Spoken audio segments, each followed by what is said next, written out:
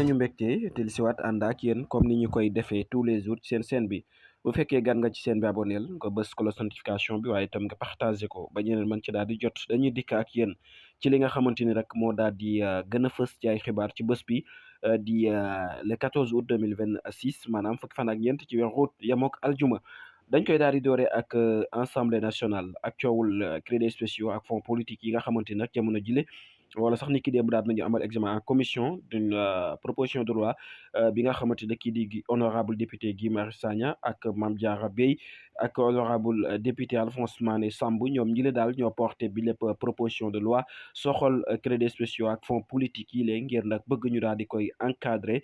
ci lu ni mel nag gouvernement bi ke leen fa teewaloon di maître Moussa Sarr moom nag moo fa teewoon ngir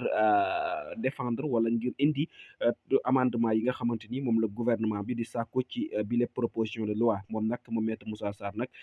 ci teewaayam waral mu daal di dugal lu toll ci 6 amendement yoo xamante ni rek daal di koy élargi ngir nag ñuy contrôler li nga xamante ni moo di fonds spéciaux yi wala fonds politique yi nga xam day am ci président bu assemblée nationale ba ci primature waaye itam moom mi nga xam moo di président de la république mu nekk ñetti fonds politique yoo xamante ni moom jàpp na ne yile daal war nañ koo mën a contrôler waaye buñ koy contrôler duñ ci bàyyi kenn loolu nag ko waral sax nag ñu daal di fas yéene élargi itam li nga xamante ni moo di définition wu crédits spéciaux parce que kenn ku nekk da naan crédits spéciaux mais ba tey nag ñoom daal bëgg nañu ñu daal di koy définir ba kenn ku nekk mën ko daal di comprendre ci li leen nag ñii di député Pastef yi ñoom daal nañuy rejeté 6 amendements yi nga xamante ni gouvernement bi daal di woon na koy indi yépp daal ñoom dañ ko daal di mujjee rejeté ci lu ni mel nag ñoom daal nañuy voté ab amendement pour mën a inscrire li nga xamante ni moo di le contrôle de la commission des finances et du contrôle budgétaire dans la loi ba tey texte bi la itam daat nañu koy adopté ca commission ba ña ko daal di adopté nag di majorité bu Pastef kon nag jamono ji fa ñu dëgg aw mooy daal di amal li nga xamante ni moo di ab séance plénière boo xam si rek na mën nañ koo amal ni ki le 17 août bii ñu daal di dégmal ngir nag fas yéene ci aw ñenn nag daal di sampab laaj ku ci mel ni Les Échos moom daat di wax que ne vote bloqué via l'article 82 boo xam te daal dañu koy évoqué ba tey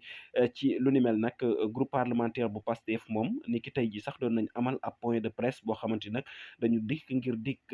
leeral wala amal ay leeral ci proposition de loi yi nga xamante daal dinañu koy porté ngir fas yéene ko amal ñoom nag daal dinañuy leeral bu baax a baax ngir xeex mboole manipulation boo xamante ñoom jàpp nañu ne daal am na ca loolu itam daañu ca dellusiwaat waaye balay loolu dañuy daal di desaat ci gouvernement bi ak proposition benn ci amendement yi nga xamante ni nag daal na koy dugal mu nekk obligation ki nga xamante moo di président bu assemblée nationale ak premier ministre di fësal amal seen déclaration de patrimoine waaye itam daal di koy publier pour kenn ku nekk jot ci lii la nag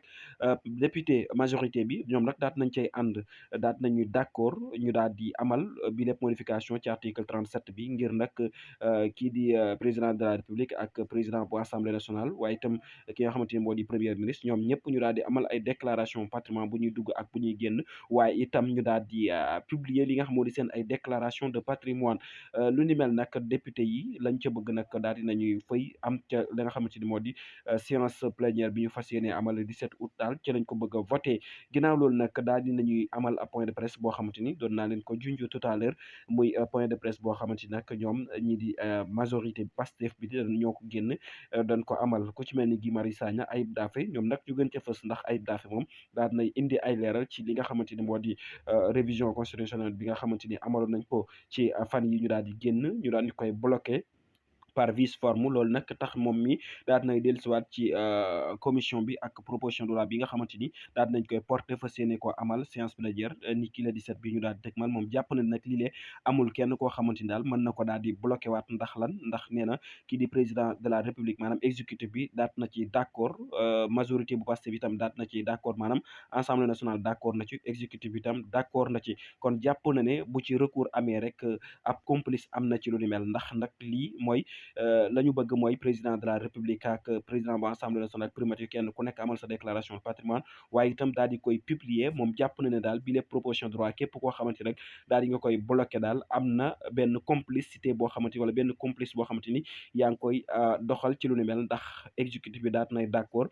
assemblée nationale itam d'accord ci lu ni mel ba tey ñu daal di desandi ci leneen ndax nag wax naa ko tout à l'heure que ne li gën a fës ci li nga xamante ni nag moo di bés bi waaye itam Guy Marius Sagna moom itam daal dina cee addu ca point de presse ba la mu daal di xam ne daal mooy lii di fonds politique yi ak crédits spéciaux yi daal gouvernement bi la mu ci daal di bëgg mooy ñu bàyyi kook moom mu def ko na ko neex maanaam mu politiquer ko def ca la nga xamante ni daal di koy soof loolu nag moo waral sax ñoom ñu daal di rejeter mboolem amendement yi nga xamante ni ñoom daal nañ koy indi ci njiitul maître Moussa Sarr bi nga xamante ni mooy ministre garde des Sceaux